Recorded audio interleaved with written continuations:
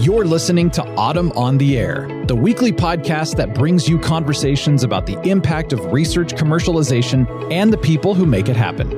Join us for interviews with patent and licensing professionals, innovators, entrepreneurs, and tech transfer leaders on the issues and trends that matter most. Keep listening for an inside track on the people, IP policies, and politics changing our world. Welcome to Autumn on the Air. It's truly an honor today to introduce our special guest, Dr. Temple Grandin. Dr. Grandin is a renowned professor of animal science at Colorado State University and a trailblazer in the field of autism advocacy. She is widely recognized as one of the world's most accomplished individuals with autism, and her work has been covered in major media outlets, including the New York Times, People, National Public Radio, as well as 2020.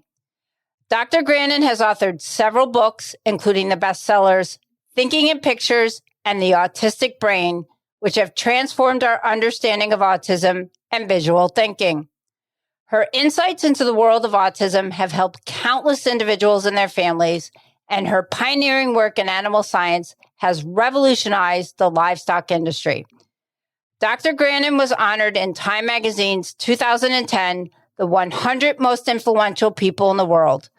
Today, we are privileged to have her with us to share her wisdom and experiences. Welcome, Dr. Grandin. I'm so excited to have you here on the air. It's great to be here. Well, Dr. Grandin, I can't thank you enough for being here with us today, and we're truly honored to have you on the podcast. And I wanted to kick things off. I know you're well known for your work as an animal behaviorist, but you're also known as an advocate for people with neurodivergent traits. So I'm curious to know, how did your experiences growing up with autism shape your perspective on animal behavior and vice versa? I'm an extreme visual thinker.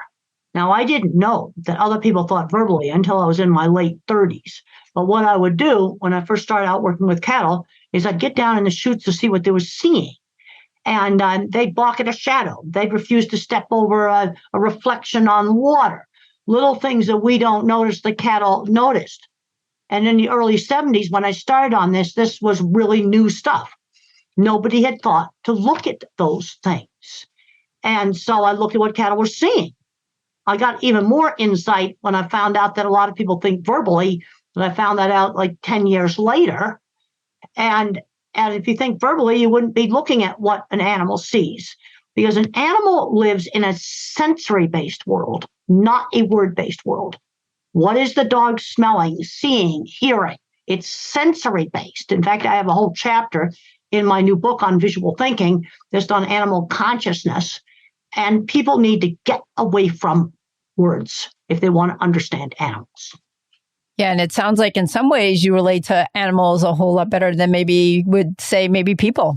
Well, I've learned how to relate with people, but one of the things I talk about in my new book on visual thinking is that we need all the different kinds of thinkers. Okay, your office is in charge of getting things patented.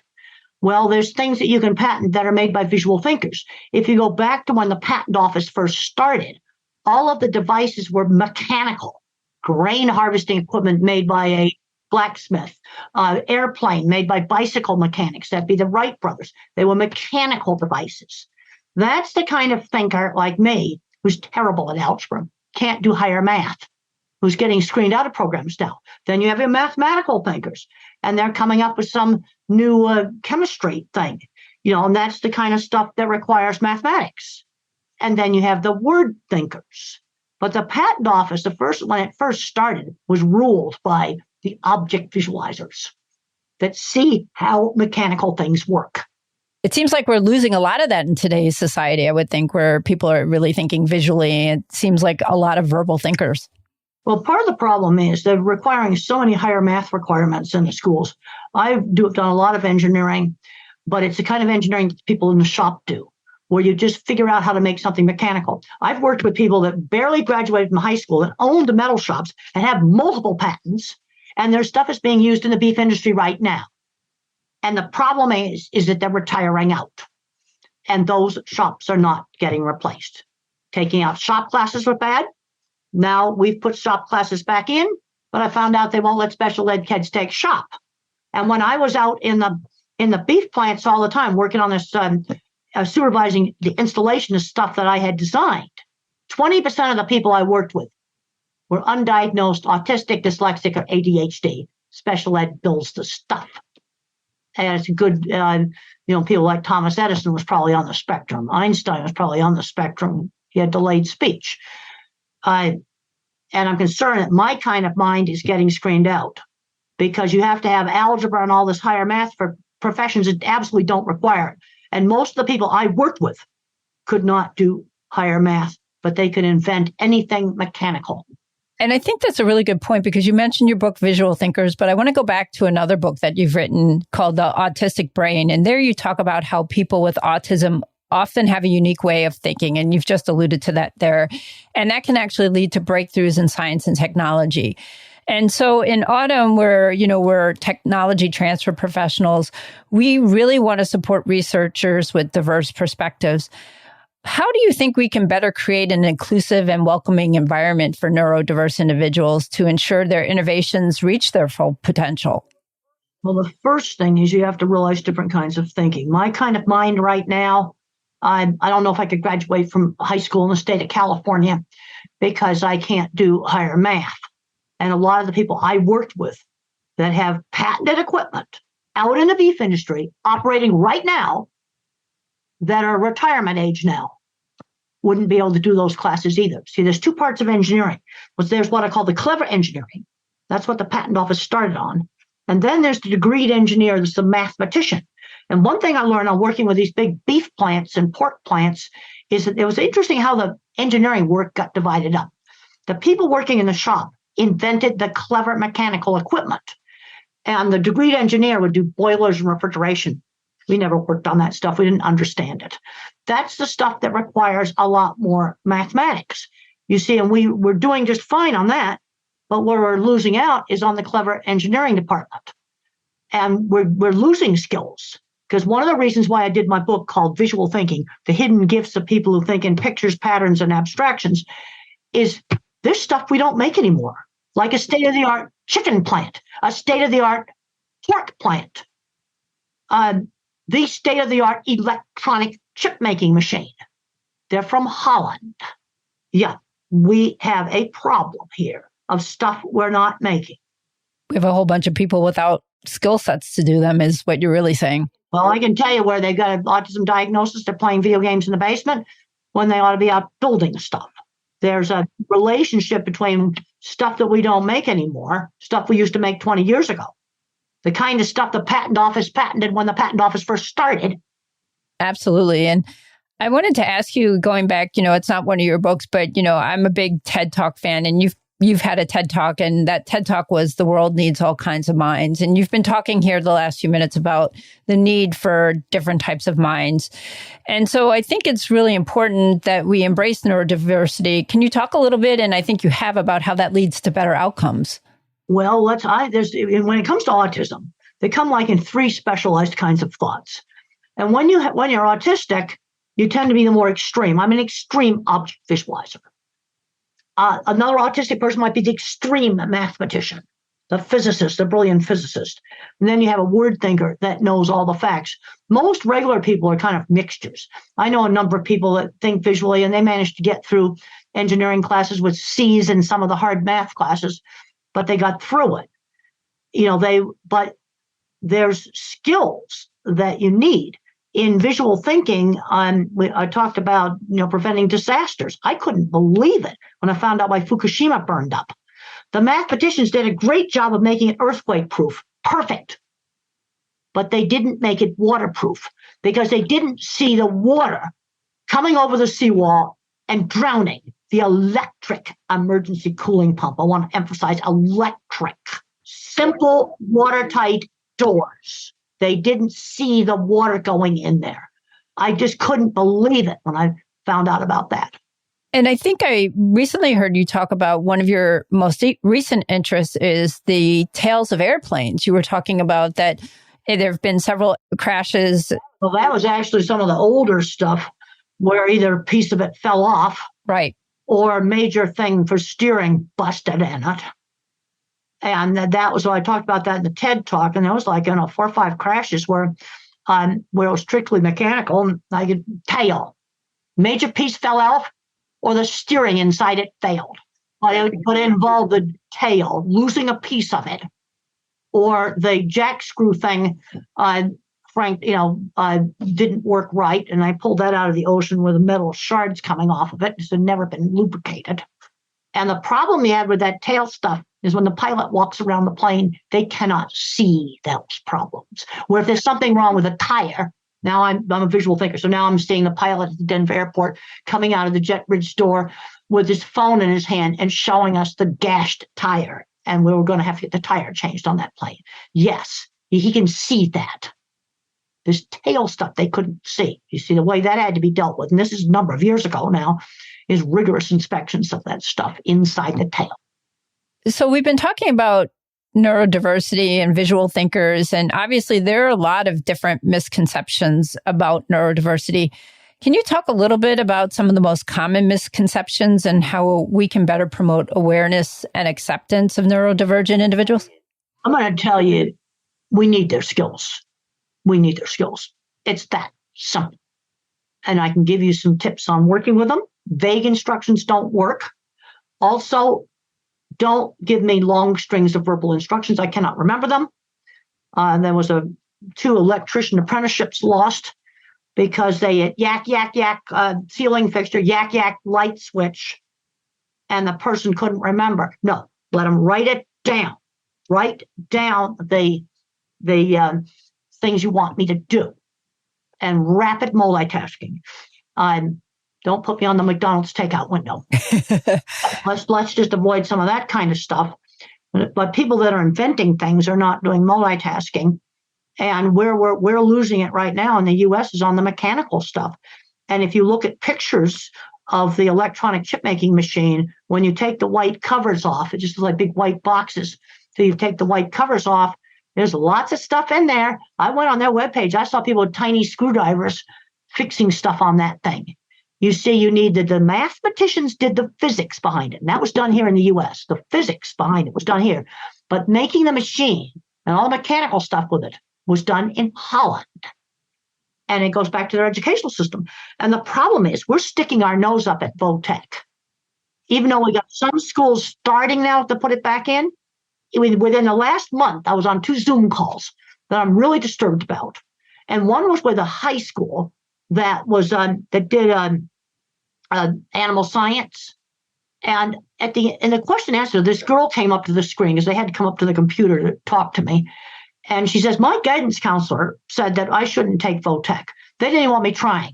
And the other meeting was a gifted meeting in Colorado. And they told me that the parents didn't want their kids doing any Votech stuff. Well, I'll tell you right now, the Votech stuff ain't going to get replaced by artificial intelligence. No, there's no way. There's going to be legal stuff and medical stuff that will get replaced. I'm following that real closely. Hands-on stuff is not getting replaced. So where does that leave us as a society? What happens when, that stuff isn't replaced? Where do we get some of these products, or do we just not get them anymore? For 10 years in my livestock handling class, I've had an assignment where the students have to look up animal behavior papers on scientific databases. And I was horrified just in this last class that I'm doing right now. I got over 50 kids in that class, and only about 4 or 5 even knew what those databases were. Oh, my. And so now, in this time of AI, we've got to teach students to go back and look at primary sources. If it's something on the news, let's see if it's the same on all 4 networks. Those are primary sources. If it's something scientific, go to Google Scholar or PubMed or Science Direct and look and look at the scientific papers, primary sources. And we now have to do a new thing called TILT that I had to put in my resume. And basically what I was asked was, what do students learn in my class on cattle handling that goes beyond cattle handling?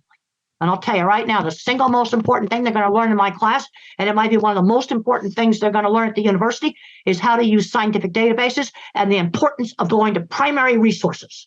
The single most important thing they can do now with this AI stuff coming. Yeah, that definitely seems to have been lost over the last however many years. And, I want to go back to your book, The Visual Thinker, because in that book, and I've read it, it's really excellent. And I would encourage listeners to go out and get a copy. It highlights the importance of nurturing and supporting the skills of individuals who think in visual terms. So how do you think technology transfer professionals can leverage the skills of visual thinkers to advance their work in science and technology? Well, it depends upon what industry you're in. In my industry, where I was, there were a lot of shop people that barely graduated from high school inventing all kinds of complicated hydraulic devices that are still being used today. So that's the one kind of thing. And then you have people doing much more mathematical things. They might invent something in chemistry, some new material thing. That'd be the more mathematical minds. And one of the things, if you're working at a university, is reaching out to to different people. But let's look at something like the Mars rover. I'm a real NASA fan. The engineers with the math got the Perseverance to Mars, but somebody did hand-done wiring on that. The cameras were built on a workbench. Those cameras aren't very big. Each one of them would fit in a shoebox. You're talking about something that somebody made on a workbench, a one-of-a-kind, they're two-of-a-kind thing. And then I read about making that little helicopter. And they had a whole bunch of failures, but somebody had to tinker around with that thing and they made it. You see, you need both the mathematical mind, but you also need my kind of mind that I'm very concerned is getting screened out. I'm seeing students, they've come up to me, they're on their second and third algebra class for veterinary nurse. Oh, wow. Yeah, you don't need algebra for that. No. The 2-year degree. Oh, that's incredible. So I wanted to ask you, you talked before about yourself who has autism, people who are dyslexic, and people who have ADHD. And they tend to face social and communication barriers in the workplace, and they can be even more pronounced than maybe just a regular individual. So what strategies have you found, given your experiences, to be most effective in helping to overcome these challenges? Well, some of the people I worked with in the workshops, they had their own businesses. One of the things that they did. But first of all, they got to get into the workplace. I was just on a big call this morning, people that do electrical power. And we talked about, you've got so many barriers online and all this stuff. We got to cut through some of that stuff. Because the way I sold my jobs, I designed the front end of every Cargill beef plant in North America, was I showed people my work. And on a podcast, I can't show off my work. But it's in my book, Visual Thinking. It's in a lot of my other stuff. Showing work. That's how I sold clients. Drawings, pictures of jobs, trade magazine articles I've written. I showed my work. That's what I did. And I'm very concerned about my kind of thinker getting screened out because who's going to keep the water systems running? You see things like that really matter. Yeah, absolutely. So it seems like the way you handled it was you showed them what you had accomplished in the past. I showed them my work. But we need to be doing things. Okay, I talked to an airline. I talked to mechanics. Your best mechanic's probably not going to be that social. Maybe he needs to bring in pictures of a car that he rebuilt and show it to the head of the airline mechanics for that. Show it to the people. I had to show my work to a person that would care about my work. I didn't show it to the HR department. I didn't show it to the legal department. I showed it to the plant manager and the engineering department. So how would you say, have you seen changes towards neurodiverse individuals like yourself change over time? Do you think there's is there more acceptance? Do you think people are becoming more inclusive, or do you think there's still a lot of hurdles to overcome? Well, there's a lot of hurdles, but the other thing I want to show is you need us. You need us, people that are different. You need us really bad. And I've talked to a lot of corporations. And there's a tendency to talk about all this stuff in very vague terms. Like I did a in-person visit to a travel company. Really? Yeah. And, the online travel stuff. And they were talking about being inclusive airport. Now, I don't think about that in the abstraction. So the blind person said, what really I have a problem with is finding gates. So I'll go, hey, let's make a gate finder app.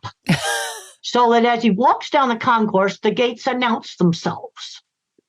Now, I could do it with transponders. and little transponder stickers stuck on the gates. That's totally doable.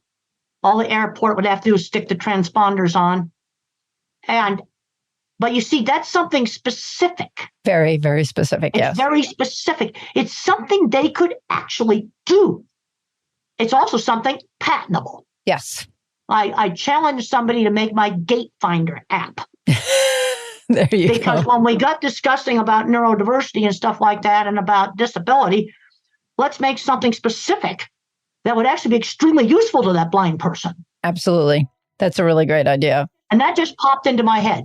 So let me ask you, again, you've mentioned yourself as a young person and all these young people, whether they have ADHD, dyslexia, or other neurodivergent traits, they face a lot of challenges in school. We've been talking about that and trouble with algebra. And what would you suggest to them in terms of if they're interested in pursuing careers in science and technology? What advice would you have for them in terms of seeking out their careers?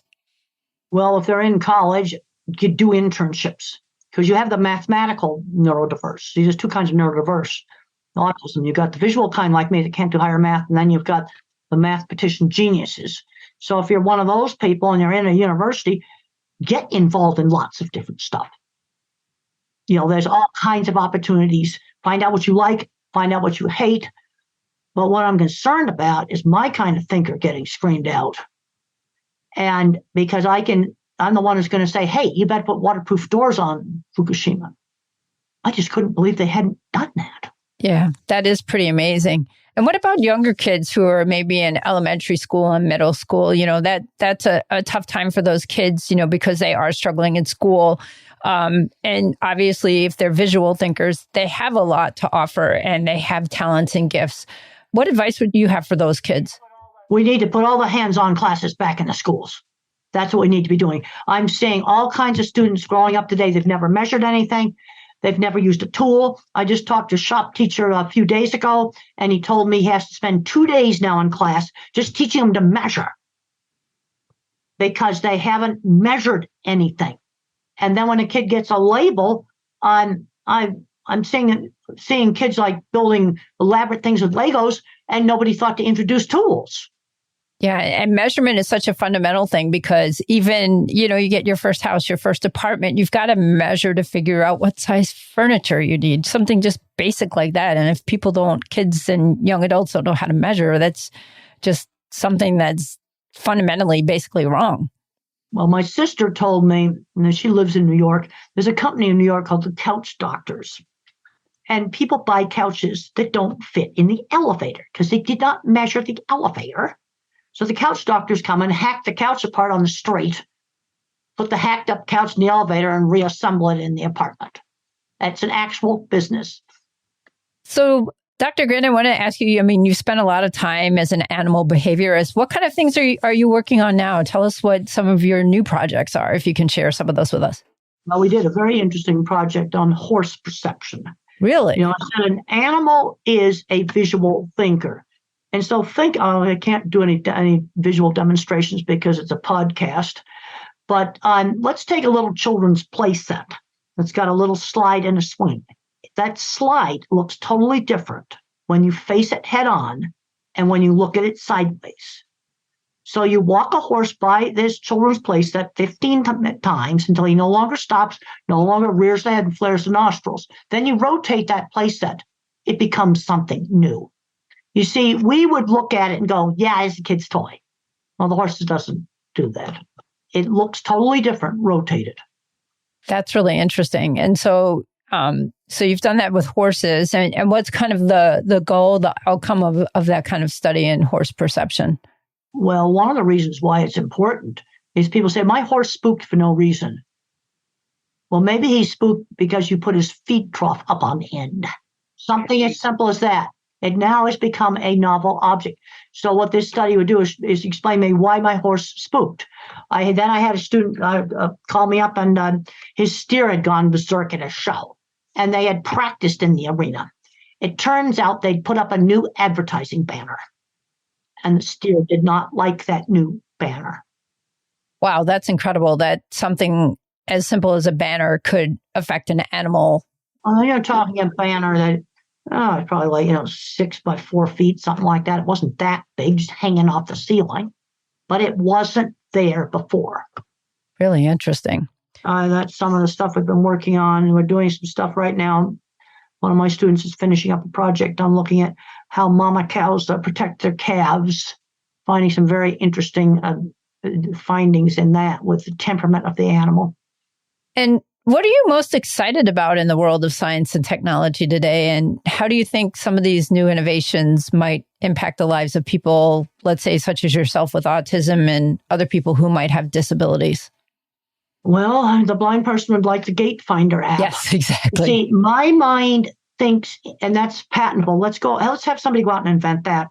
And I'm probably going to put it on a transponder platform, because if I use AI, he'd have to hold the camera up to look at the gate signs, and every airport's gate signs are different. I've actually been looking at them and going, well, this airport is not going to work. And so transponders probably be the way to go. And that you're going to have the mathematicians program that stuff. But I'm the one who thought up the idea for that. It just came up like that. We have to remember that you're the person who suggested that idea. Well, yeah, but you see, then somebody has to make it. Exactly. But the thing is, somebody has to think it up. And we're discussing all this stuff in a very vague way. Now what some tech companies are doing right now is having these students come in and do coding exercises and stuff, the coding camps. And then they have a chance to demonstrate the skill. We're going to have to change. We're going to be screening a lot of very good candidates out if it all is an interview with HR. Because a person that interviews great with HR is not going to be the best inventor. Absolutely. I would agree with you on that one. Yeah. This is the problem.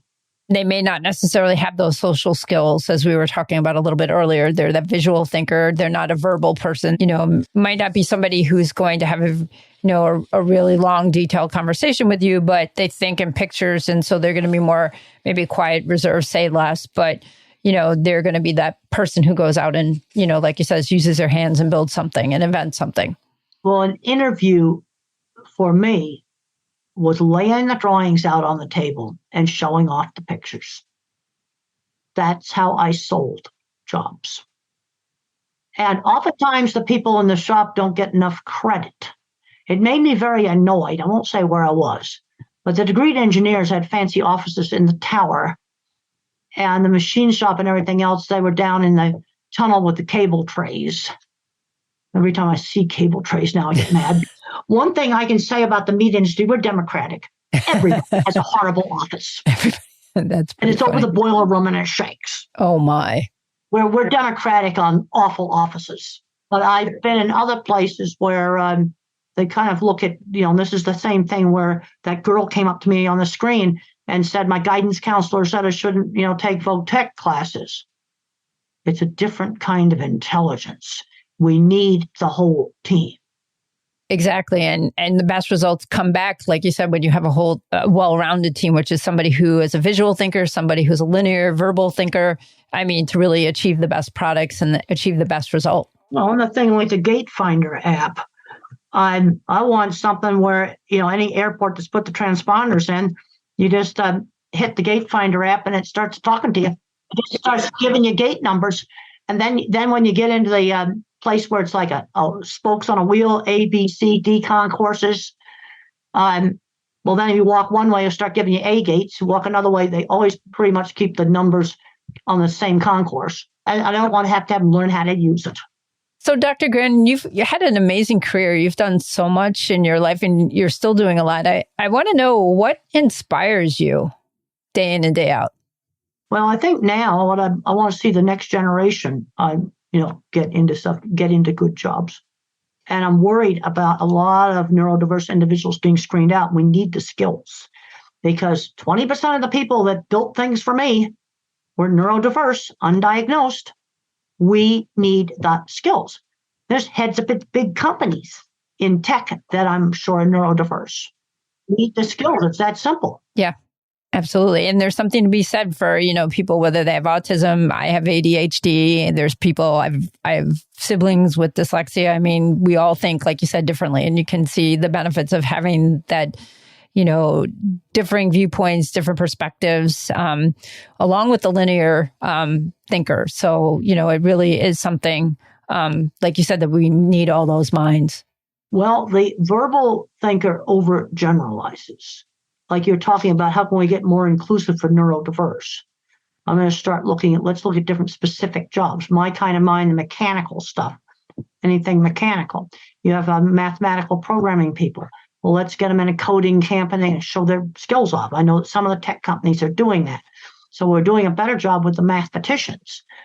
But where we're not doing a good job is with the photorealistic object visualizers like me, because you're going to just screen me out with all this higher math stuff that I can't do. But somebody needs to say, where's the watertight doors on Fukushima? Or even think up Gate Finder app. The mathematicians are going to have to do the mathematics, and then I want to have a transponder that's going to work. That's not. I'd love to get a transponder that doesn't have to have a battery in it, because then I have to rely on the airport. There you go. Which they won't.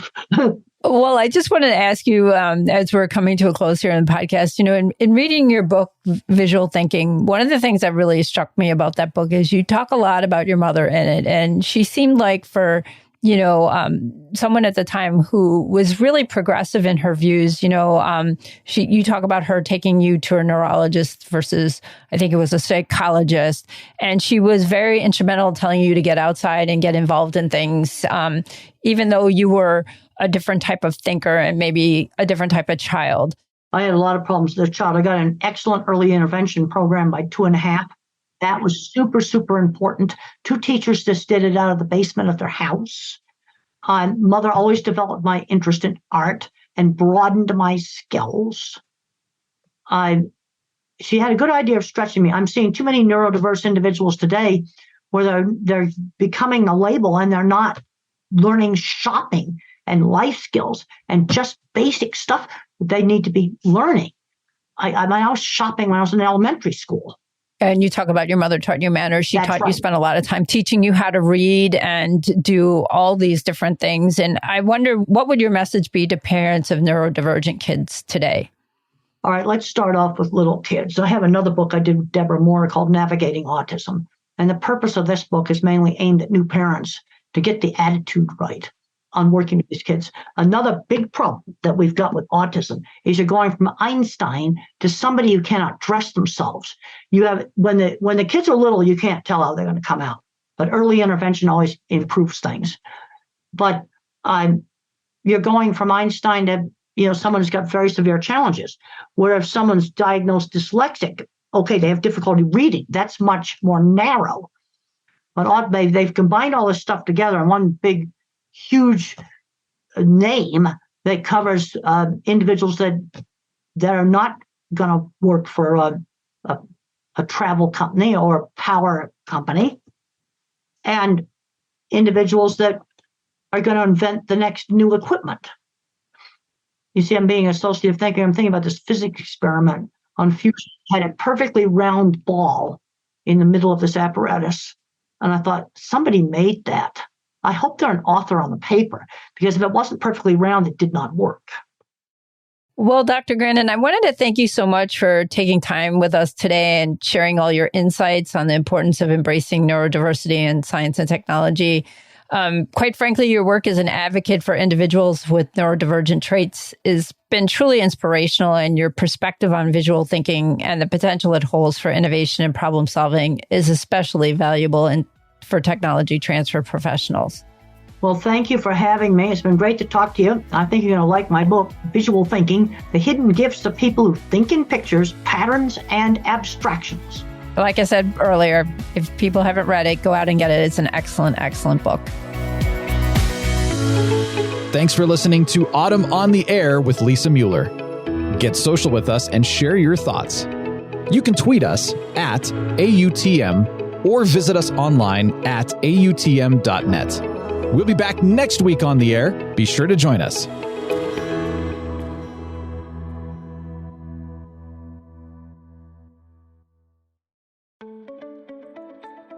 New to tech transfer or a seasoned pro? Autumn is the global member organization for tech transfer. and is here to help you get connected, get smart, and get ahead. Whether you work in academia, research, government, business development, corporate engagement, or startups, Autumn is dedicated to supporting you through education, advocacy, networking, and promotion. Join and you'll receive 20 free live webinars, as well as meaningful discounts on meetings and courses, insider access to a vast network of colleagues to help you through challenges, and align on new technologies and the university decision makers who license them. Membership is open for 2023. Join us.